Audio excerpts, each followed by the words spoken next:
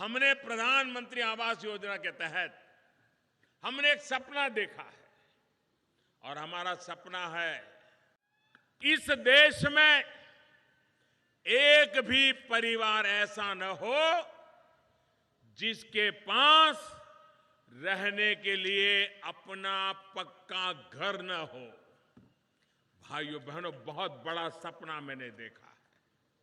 हर किसी को पक्का घर देने का मैंने वादा किया है कि बीते 8 वर्षों में वो पीएम आवास योजना के तहत 3.5 करोड़ गरीब परिवारों की जिंदगी का सबसे बड़ा सपना पूरा कर पाई है। आज पीएम आवास योजना बहुत बड़े सामाजिक आर्थिक बदलाव का माध्यम बन रही है। मुझे कहते हुए गर्व है, ये प्रधानमंत्री नरेंद्र मोदी का संकल्प है। बहनों और भाइयों, कि भारत की धरती पर कोई भी गरीब कच्चे मकान में नहीं रहेगा। हर एक गरीब को पक्की छत मुहैया कराई जाएगी।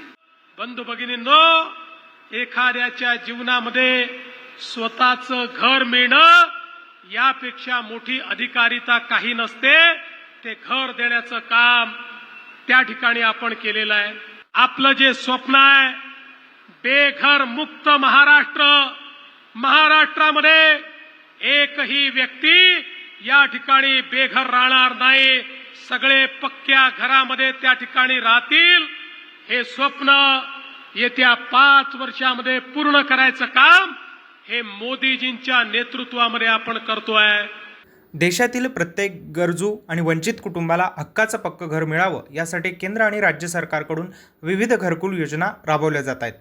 घर नसलेल्या कुटुंबांना निवारा मिळावा हा या योजनांचा मुख्य उद्देश। मात्र सरकारच्या या उद्देशाच्या अगदी उलट चित्र पाचोरा तालुक्यातील लासगावमध्ये समोर आलंय।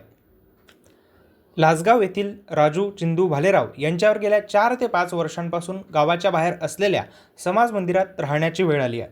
त्यांचा हक्काचा पक्कं घर नाही आहे, त्यामुळे गेल्या अनेक वर्षांपासून समाज मंदिर हाच त्यांचा आसरा बनला आहे। त्यातच समाज मंदिराच्या आजूबाजूचा परिसर अस्वच्छ असून दुर्गंधीचा सामना करावा लागतोय। शिवाय त्यांच्या राहत्या ठिकाणी साप येण्याची घटनाही घडली होती। त्यामुळे अशा परिस्थितीत येथे राहणंही त्रासदायक आणि असुरक्षित झाल्याचं भालेराव सांगतात। पक्क्या घरासाठी राजू भालेराव यांनी ग्रामपंचायतीकडे वारंवार मागणी आणि पाठपुरावा केला। अनेकदा पाठपुरावा केल्यानंतर अखेर रमाई आवास योजनेअंतर्गत त्यांच्या घरकुलाला मंजुरी मिळाली। तर प्रत्यक्षात घर बांधण्यासाठीची रक्कम त्यांच्या बँक खात्यात जमा झालेली नसल्याचं भालेराव सांगतात। त्यामुळे घरकुल मंजूर होऊनही पक्क्या घराचं स्वप्न अद्याप अधुरच आहे। घर उभारण्यासाठी जागाही उपलब्ध आहे, मात्र निधीची प्रतीक्षा कायम असल्यानं या जागेवर अद्याप पक्क्या घराची वीटही रचली गेलेली नाहीये। राजू चिंदू भालेराव, मी राहणारा लासगाव। आज मी एक समाज मंदिरमध्ये राहतो। माझी परिस्थिती अशी आहे, मी एक मागून खाणारा माणूस। आज माझ्याकडे कोणी पाहता नाही। आज मी एवढी घाणेरीमध्ये राहून सण माझ्या घुसा फेकता, कुत्रे फेकता, तिथंच मी इथं एवढी रहिवासी करतो आहे। मला जीवन धकत नाही। मी एवढे दिवसपासून राहतो आहे, 5 वर्षापासून राहतो आहे। माझी कोणी गोष्ट घेत नाही। मी इथं जातो आहे, माझं घर इथं पडलं आहे, माझ्या जागाची गोष्ट कोणी घेत नाही। तुम्ही ग्रामपंचायतीकडे घरकुलची मागणी केली आहे? माझी घरकुलाची मागणी करली मी ना, कितले दिवस झाले। आज मी बोलायला कितला दिवस झाले। ते लोक काय म्हणता, अरे होईन ना मग आता कधी मी मरल्यावर बाद होईन का? हे अशी घटना माझ्या घरात समाज मंदिरमध्ये जनावर मोठं निघाले। आज जनावर निघाले मोठं, तर मी माझी नात झोपली, माझी अंडेर झोपली, माझी अंडेर झोपली होती। त्या रोजी बरं झालं, माझ्या बाईला जनावर चावलं नाही, ते असली जनावर होतं। दादा, माझं घरकुलाचं काम एवढं करून मंजूर करा। एक गरीब माणूस, एक मातंग समाजाचा घरकुल मंजूर होऊनही पैसे मिळत नसल्यानं राजू भालेराव यांनी थेट पाचोरा पंचायत समितीतील घरकुल विभाग गाठला। आपली समस्या त्यांनी संबंधित अधिकाऱ्यांसमोर मांडली. यावेळी संबंधित विभागाने त्यांची समस्या ऐकून घेतली आणि पुढील 8 दिवसात घरकुलाची रक्कम त्यांच्या बँक खात्यात जमा होईल असं आश्वासन देखील दिलं. काहीच नाही आलेच नाही दादा, मला आलेच नाही.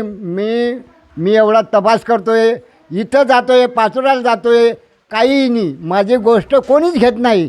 पाचोऱ्याचे अधिकारी काय म्हटले तुम्हाला? अरे पाचोऱ्याचा अधिकारी काय म्हणताय, अरे बापरे, जा बापा, झालं नाही बापा. आणि मग मंजूर झालं, मग कुठे गेलं ते, काय झालं ते? हां, चेक पडत नाही, काही नाही पडत आहे, काही नाही. हां, मग मी कुठं जाऊ मग? मात्र या आश्वासनाला आता 10-11 दिवस उलटूनही घरकुलाची रक्कम आपल्या बँक खात्यात जमा झालेली नसल्याची माहिती समोर आली आहे. एकीकडे घरकुलाला मंजुरी मिळाल्याचं कागदपत्र आहे, दुसरीकडे बँक खात्यात अद्याप रक्कम जमा झालेली नाही आहे. त्यातच घरकुलाच्या कागदपत्रावरील नाव आणि बँक खात्यावरील नावातही तफावत दिसून येते. मग या प्रकरणात नेमकी अडचण कुठे आहे?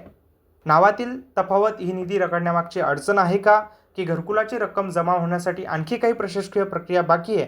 याबाबतच संबंधित विभागाने स्पष्टता देणे गरजेचं आहे.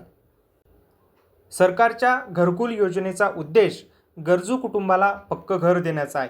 असं असताना लासगावातील राजू चिंदू भालेराव यांचं घरकुल मंजूर झालं आहे, पण 4 ते 5 वर्षांपासून समाज मंदिरात राहणाऱ्या या कुटुंबाला अजूनही पक्क्या घराची प्रतीक्षा कायम आहे.